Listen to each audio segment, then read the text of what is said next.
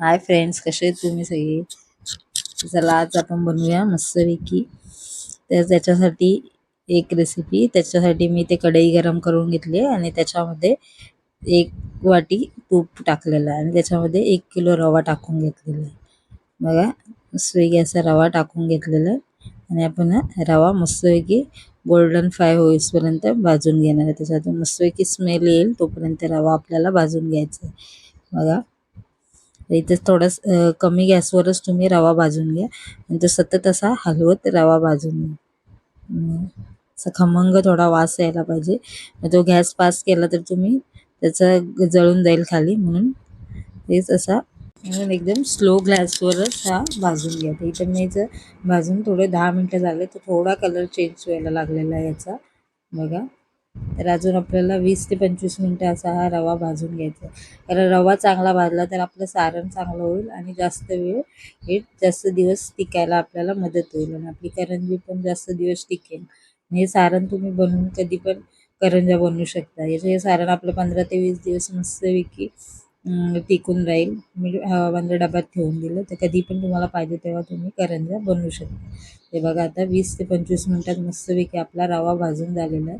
आता तुम्ही एका मोठ्या ताटात काढून थंड करून घेणार आहे. जर तुम्हाला इतर अजून तूप पाहिजे असेल तर तुम्ही थोडं तूप ॲड करू शकता, जेवढं तुम्हाला हवं तेवढं. तर मी 1 वाटीच टाकलेलं. तर मी इथे इथे 1 वाटी सुका खोबऱ्याचा कीस टाकलेला आहे मी.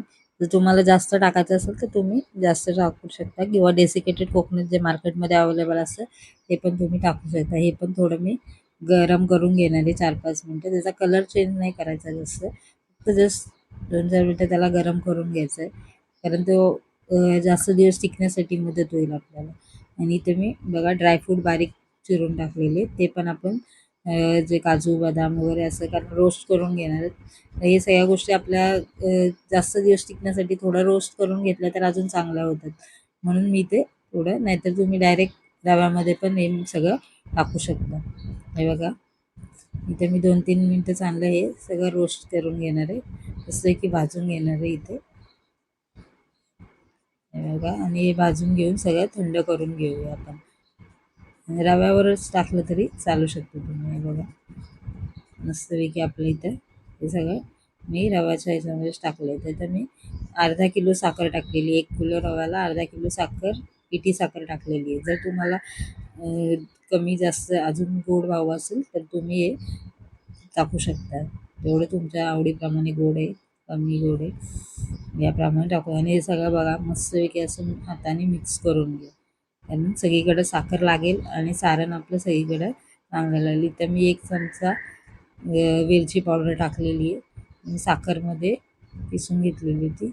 त्यामुळे ती थोडं जायफळ टाकून घ्या जे असेल तुम्हाला तर, आणि थोडंसं मीठ टाकून घ्या. कारण गोड पदार्थ थोडं मीठ टाकल्यावर त्याचा अजून चांगलं.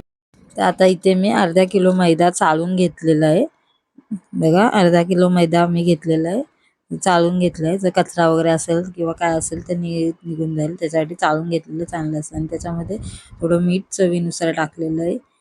बघा, करंजीचं वरचं एक. आणि इथे मी 4 चमचा मस्तपैकी तेल गरम करून हे टाकलेलं आहे. याच्यात एकदम गरम करून तेल याच्यामध्ये टाका. ते मोहन टाकलेलं असतं तर अजून खुसखुशीत आपल्या करंज्या होतील. त्याच्यासाठी याच्यामध्ये मोहन टाकून घ्या 4 चमचे. आणि हे बघा, चमच्याने मिक्स करून घ्या, कारण गरम असतं त्याच्यामुळे हाताने आपण गरम करू शकतो. असं मस्तपैकी सगळीकडे आपलं मोहन लागलं पाहिजे. तर हे सगळं असं चमच्याने आणि थोडं थंड झालं की आपण सगळं हाताने मिक्स करू शकतो. हे बघा, हाताने पूर्ण सगळं असा मस्तपैकी सगळ्या मैद्याला पूर्ण लावून घ्या. म्हणजे मोहनच्यामुळे आपली करंजी मस्तपैकी खुसखुशीत आणि टेस्टी लागेल. आता इथं मी थोडं थोडं पाणी टाकून त्याच्यामध्ये मस्तपैकी असा सॉफ्ट गोळा तयार करून घेणार आहे. जास्त घट्ट पण नाही आणि जास्त पातळ पण नाही. बघा, थोडं थोडं इथं पाणी टाकून आपण मस्तपैकी गोळा करून घेऊ. जर ही रेसिपी आवडली तर नक्की लाईक आणि सबस्क्राईब शेअर करा. नक्की होळीला करंज्या तुम्ही बनवून बघा. बघा, मस्तपैकी असा हा रेडी झाला आहे. जास्त मी पातळ केलेला नाही, कारण आपल्याला जास्त पातळ पण नको आणि जास्त घट्ट पण नको, असं मीडियम मस्तपैकी गोळा पाहिजे. इथे 1 चमचा परत तेल टाकून मस्तपैकी थोडा मळून घेऊ. नाही बघा, अशा पद्धतीने मस्तपैकी तयार करून घेऊ.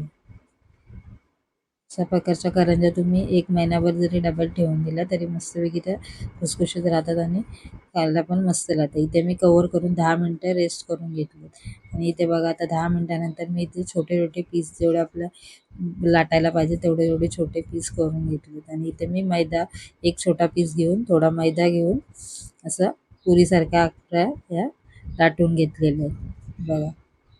त्याच्या जास्त पातळ पण नाही आणि जास्त जाड पण नाही. थोड्याशा मस्तपैकी अशा आणि याच्यामध्ये 2 चमचे आपलं रव्याचं सारण टाकलेलं आहे. हे बघा मस्तपैकी रव्याचं सारण टाकलेलं आहे आणि जेवढं तुम्हाला जर पाहिजे तेवढं, कारण जास्त टाकून पण ती फुटून जाईल म्हणून जेवढं जास्त पण टाकू नका आणि कमी पण टाकू नका, मीडियममध्ये टाका. आणि इथे पाहिजे तर तुम्ही कडांना थोडंसं आतमध्ये पाणी लावून हे मस्तपैकी पॅक करून घेऊ शकता. नाहीतर तसंच असं दोन्ही कडा एका साईडला करून मस्तपैकी असं दाबून असे हे मस्तपैकी करंजी करू शकता. इथं बघा मस्तपैकी मी करंजीचा आकार दिलेला आहे आणि मस्तपैकी आपली करंजी तयार झालेली. हे बघा की मस्त आपली करंजी तयार झाली आहे. जास्त मोठी पण नाही, जास्त छोटी पण नाही, अशी मीडियम साईजच्या करंज्या मी बनवून घेतलेल्या आहेत सगळ्या. हे बघा सगळ्या मी रेडी करून ठेवलेल्या आहेत. असे थोड्या फॅनखाली वगैरे ठेवू नका. त्यांना थोडं असं झाकून ठेवल्यामुळे नाहीतर मग त्या कडक होतील, कारण तळताना मग आपल्या फुटून जातील. त्यासाठी कपडा वगैरे काहीतरी असं टाका. इथं मी तूप गरम करून घेतलं होतं आणि त्या तुपामध्ये आपण या मस्तपैकी करंज्या तळून घेणार. तुम्ही तेलात पाहिजे तर तेलात पण तळू शकता. हे बघा दोन्ही साईडून मस्तपैकी अशा गोल्डन फ्राय होईपर्यंत आपण तळून घेऊया. मस्तपैकी आपल्या या करंज्या तयार होतील. तर ही रेसिपी आवडली तर नक्की होळीला बनवून बघा आणि जर आवडली तर नक्की लाईक, सबस्क्राईब आणि शेअर करायला विसरू नका. हे बघा आपल्या मस्तपैकी करंज्या आता तळून होतात.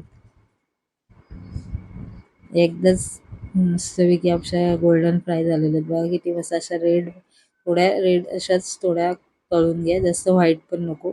आणि या तळून डायरेक्ट याच्यावर वगैरे नका काढू, जाळीदार वगैरे कोणता आपल्याकडे असेल त्याच्यामध्ये काढून ठेवा. म्हणजे कशा गरम असतात त्या थोड्या थंड झाल्यावर चांगल्या वाटतात. किंवा अशा टोपलीत वगैरे तुम्ही काढून थोडा वेळ थंड करून घ्या.